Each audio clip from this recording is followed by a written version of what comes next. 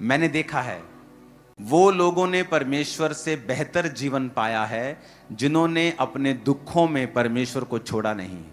उस परीक्षा के कारण परमेश्वर से दूर होंगे या सब कुछ इग्नोर करके परमेश्वर को पहने रखेंगे, उसके पास रहेंगे।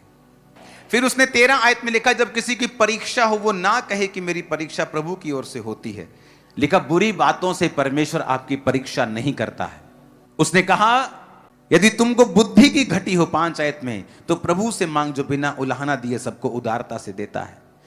जय मसीह की दोस्तों, आज हम एक बहुत महत्वपूर्ण प्रश्न पर विचार करेंगे। आपकी परीक्षा क्या है? हर इंसान के जीवन में परीक्षा आती है। किसी की परीक्षा गरीबी है, किसी की बीमारी, किसी की परीक्षा प्रलोभन है और किसी की परीक्षा धैर्य की होती है। लेकिन याद रखिए, परीक्षा हमें तोड़ने नहीं बल्कि मजबूत बनाने आती है।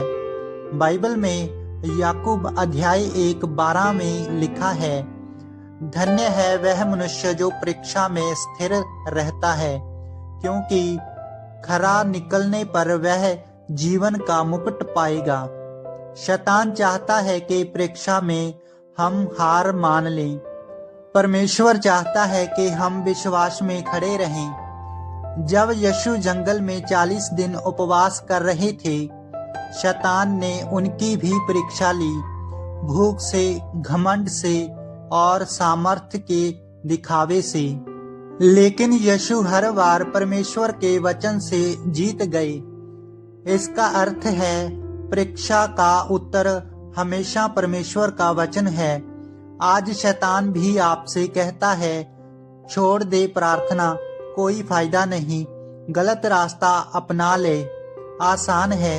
लेकिन परमेश्वर कहता है, धैर्य रख, मैं तेरे साथ हूँ। यशाया अध्याय 4 का 2 वचन कहता है, जब तू आग में चले तो ना जलेगा। भाइयों बहनों, परीक्षा आएगी, लेकिन हार जरूरी नहीं है। अगर आज आप रो रहे हैं तो याद रखिए, यह आपकी कहानी का अंत नहीं है, यह आपकी गवाही की शुरुआत है। आइए अब हम परीक्षा के विषय में और गहराई से जानते हैं। इस वीडियो में पास्टर अंकन नरूला जी से उनका क्या संदेश है परीक्षा के बारे में। बने रहिए हमारे साथ वीडियो के अंत तक। वीडियो को लाइक और चैनल को सब्सक्राइब जरूर करना, वीडियो को शेयर भी करना अपने मसीह दोस्तों के साथ। उसने कहा कि अगर तुम्हारे जीवन में सताव है और कष्ट है तो परमेश्वर तुम्हारी ईमानदारी को परख रहा है। मैंने देखा है वो लोगों ने परमेश्वर से बेहतर जीवन पाया है जिन्होंने अपने दुखों में परमेश्वर को छोड़ा नहीं।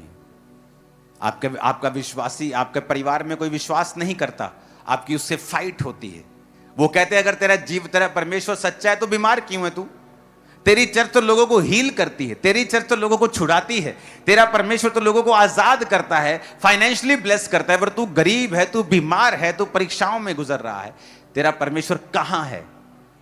अब आप उस परीक्षा के कारण परमेश्वर से दूर होंगे या सब कुछ इग्नोर करके परमेश्वर को पहने रखेंगे, उसके पास रहेंगे।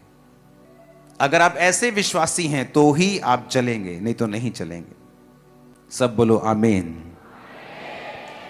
फिर उसने 13 आयत में लिखा, जब किसी की परीक्षा हो वो ना कहे कि मेरी परीक्षा प्रभु की ओर से होती है। अब ये और बात कर रहा है, ये परीक्षा वो परीक्षा नहीं है जो शैतान के सताव के कारण आई। ये वो परीक्षा है जो विश्वासी अपनी ही अभिलाषा से खींचकर और फंसकर परीक्षा में पड़ता है। 15 आयत में लिखा, फिर अभिलाषा गर्भवती होकर पाप को जनती है, पाप बढ़ जाता है तो मृत्यु को उत्पन्न करता है। हे मेरे प्रिय भाइयों, धोखा ना खाओ। ऐसा फिर नहीं है कि आप चोरी कर लें और आप कहें कि परमेश्वर मेरी परीक्षा कर रहा है। लिखा, बुरी बातों से परमेश्वर आपकी परीक्षा नहीं करता है। इन चोरियों से, व्यभिचार से, इन चीजों से आपको बच के रहना है, क्योंकि वो परमेश्वर की ओर से परीक्षा नहीं है, वो शैतान चाहता है आप उसमें फंसें। लेकिन कहता, जब सताव आएगा, जब परमेश्वर के नाम के कारण तुम्हारा विरोध होगा, जब तुम्हें अलग अलग बातें बोली जाएंगी, जब तुम्हारे विश्वास को परखा जाएगा, सही होने के बावजूद भी तुम्हारी जिंदगी में कोई दुख होगा, तब वो तुम्हारे जीवन में प्रूफ करेगा, जब तुम प्रभु में बने रहोगे, कि वाकई तुम्हारी ईमानदारी सच्ची है और तुम परमेश्वर के सच्चे भक्त हो, सच्चे बेटे और सच्ची बेटी हो। आमीन। तब मालूम नहीं होगा जब तुम हालेलुया बोलते हो, या तुमने एक भी संडे मिस नहीं किया है, या तुम टाइटर हो, ये तब मालूम होगा जब दुखों में भी तुमने परमेश्वर को छोड़ा नहीं है। यहां सेटल होता है केस, कि तुम्हारी लाइफ में कुछ भी हो जाए, तुम्हारा स्टैंड वही है, तुम्हारा परमेश्वर वही है। तुम्हारी प्रार्थना कम नहीं हुई, तुम्हारा चर्च जाना कम नहीं हुआ, तुम्हारी फास्टिंग कम नहीं हुई, तुम्हारा प्रेम परमेश्वर के प्रति कम नहीं हुआ। तुम सिर्फ बड़ी बड़ी मीटिंग पे चर्च नहीं जाते हो, तुम हर संडे जाते हो। उसने कहा यदि तुमको बुद्धि की घटी हो 5 आयत में, तो प्रभु से मांग जो बिना उलाहना दिए सबको उदारता से देता है। उसने क्यों बुद्धि की बात यहां पे की है? कहता बुद्धि का अर्थ है कि वो आत्मिक योग्यता जिसके द्वारा हम परमेश्वर के दृष्टिकोण से जीवन और उसके व्यवहार देख और मूल्यांकन कर सकते हैं। जिसका मतलब है कि बुद्धि यानी वो आत्मिक योग्यता, वो एबिलिटी, वो समझ जिससे हम परमेश्वर के दृष्टिकोण से, कि परमेश्वर मेरे जीवन को जिसमें मैं अभी हूं किस तरह से देख रहा है। अगर मैं यूसुफ हूं और गड्ढे में हूं, यूसुफ तो अपने आप को गड्ढे में देख रहा है, लेकिन परमेश्वर का दृष्टिकोण यह है अब यह गड्ढे से मिस्र में जाएगा, वहां से जेल में जाएगा और जेल से प्रधानमंत्री की कुर्सी तक जाएगा। कहता अब तुम वो बुद्धि मांगो जिससे तुम परमेश्वर के दृष्टिकोण से, तुम परमेश्वर की निगाहों से अपने जीवन को मूल्यांकन कर सको, देख सको, उसको तोल सको कि मेरे जीवन में जो हो रहा है उसका आत्मिक मतलब क्या है। क्योंकि जो आपके जीवन में हो रहा है वो नॉर्मल नहीं है, वो चैलेंजिंग है। आपका फैमिली मेंबर सडनली उसकी कुछ होता है, उसको आप बोलते ओह ये मेरे साथ कैसे हो सकता है। सडनली कोई आपके साथ घटना होती है, ओह मेरे साथ ये कैसे हो सकता है। सडनली मेरे गोडाउन को जिसमें मैं रोज के लाखों रुपए कमाता था, आग लगा दी किसी ने।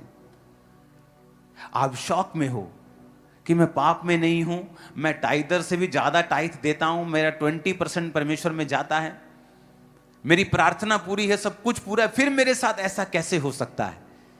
और तब आपको जरूरत पड़ेगी परमेश्वर के दृष्टिकोण से, उसकी निगाहों से अपने जीवन को मूल्यांकन यानी अपने जीवन को तोलने मोलने की, कि ऐसा मेरी लाइफ में क्यों हो रहा है। कहता अगर तुम में वो बुद्धि की कमी है तो मांगो परमेश्वर से। अगर तुम वो बुद्धि मांगोगे तो परमेश्वर तुम्हें देगा कि प्रभु मुझे बुद्धि दे, मैं नहीं समझ पा रहा हूं कि मेरे जीवन में जो दुख हैं वो किस लिए हैं, मैं इन चीजों से क्यों गुजर रहा हूं, क्यों गुजर रही हूं। अगर वो मेरी गलती है तो मुझ पे जाहिर कर, अगर तेरी परीक्षा है तो वो भी मुझ पे जाहिर कर। तो परमेश्वर ने लिखा है कि वो तुमको बुद्धि देगा, क्योंकि वो सबको बिना ताना दिए उदारता से तुमको देता है।